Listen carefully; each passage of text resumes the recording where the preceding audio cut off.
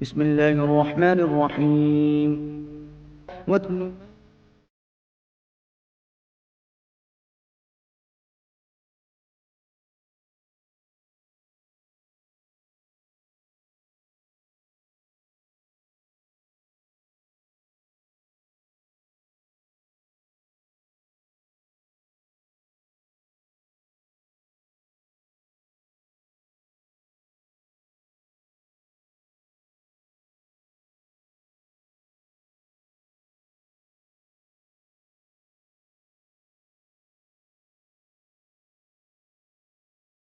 حمد و ثنائے رب کریم اور درود و سلام بر سید خیر الانام کے بعد سورۃ الکہف کی آیت نمبر 27 اور 28 تلاوت کی گئی ہیں، جو 15ویں پارے کے 16ویں رکوع میں ہے۔ اس سے پہلی آیتوں میں فرمایا گیا کہ جب کسی موقع پر آئندہ کے بارے میں، کل کے بارے میں کوئی بات کہنی ہو، کل کچھ کرنا ہے، کچھ کام تو بتا دیں تو کہیں انشاءاللہ، اللہ نے چاہا تو یہ کام کر دیں۔ اگر اللہ کا نام لینا یاد نہ رہے، جب یاد آئے اس وقت پہ اس کا ذکر کر لیں۔ اللہ تبارک و تعالی جل شانہ آپ کو پہلے سے زیادہ واضح علوم عطا فرمانے والا ہے۔ آپ کہہ دیں کہ جو کچھ میں نے علم حاصل کیا اور بتایا، جو کچھ تم نے جانا، اس سے بہتر مجھے اللہ تعالیٰ راستہ عطا فرمائے گا۔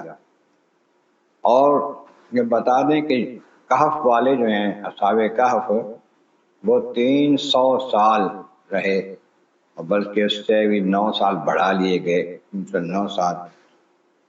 بعض لوگوں نے کہا کہ یہ اہل کتاب کا قول تھا، تو بعض نے کہا کہ یہی فرمان باری تعالیٰ ہے، اللہ تعالیٰ کا یہ فرمان ہے کہ وہ اتنا رہے ہیں کہ اللہ زیادہ جانتا ہے جتنی دیر وہ ٹھہرے ہیں، اور اسی کو سارے علوم حاصل ہیں، غیب کے اور حاضر کے، زمین و آسمانوں کے، کیسا دیکھنے والا ہے اور کیسا وہ عظیم سننے والا ہے۔ لیکن اس کے بغیر، اس کے سوا، اس کے مقابل کوئی مددگار نہیں ملے گا کسی کو، اور اس کے حکم میں کسی کو شریک ہونے کی کوئی اجازت نہیں ہے۔ اب فرمایا کہ محبوب وَاتْلُ مَا أُوحِیَ إِلَیْکَ مِن کتاب ربک، آپ کے رب کی کتاب جو آپ کی طرف آئی ہے نا، وہی آپ کے ذریعے اس کی تلاوت فرمائیں، پڑھ کے سنائیں یہ کتاب۔ اور یہ ایسی کتاب ہے لا مبدل کلماتہ، اللہ تعالیٰ کے کلام میں تبدیلی کوئی نہیں ہوتی۔ جو کلام الہی آیا ہے وہ حق ہے اور وہی رہے گا، اور آپ اس کے مقابلے میں کوئی بھی، تم لوگ اللہ تبارک و تعالیٰ کے مقابلے میں کوئی پناہ گاہ نہیں پاؤ گے، اس سے بھاگ کے کہیں چلے جاؤ۔ اور اگلی آیت کریمہ میں جو کلام ہے اس کے بارے میں علماء فرماتے ہیں، کچھ کفار جو تھے حضور کے پاس حاضر ہوئے اور کہا کہ آپ کے پاس جو ماڑے ماڑے غریب غریب بندے بیٹھتے ہیں نا، جن کے کپڑوں سے پسینے کی بو آتی ہے، ان کے پاس بیٹھنا ہمیں اچھا نہیں لگتا، آپ ان کو ہٹا کے پھر ہمیں بٹھائیں، پھر ہو سکتا ہے ہم آپ کی بات سن لیں اور مانیں۔ حضور نے چاہا کہ ایسا ہو جائے تو اگر یہ ایمان لے آئیں، لیکن خالق کائنات نے منع فرما دیا۔ مایا واسف نفس کمال لذین یعبدون ربهم بالغداۃ والعشی، اے محبوب یہ لوگ جو آپ کے غلام ہیں نا، جو رات دن اللہ کا ذکر کرتے رہتے ہیں، ان سے اپنے آپ کو مانوس رکھیں، ان کے ساتھ جڑے رہیں، ان کو نہ چھوڑیں۔ یہ شک ماڑے ہیں، غریب ہیں، پسینے کی بو ان سے آتے ہیں، لیکن اللہ تعالیٰ کے معاملے میں مخلص ہیں، اللہ کے پسندیدہ ہیں۔ تو اللہ تعالیٰ کی رضا چاہتے ہیں، نواجہ اللہ کی رضا کے لیے وہ آپ کے ساتھ ہیں اور اللہ تعالیٰ کا ذکر کرتے رہتے ہیں۔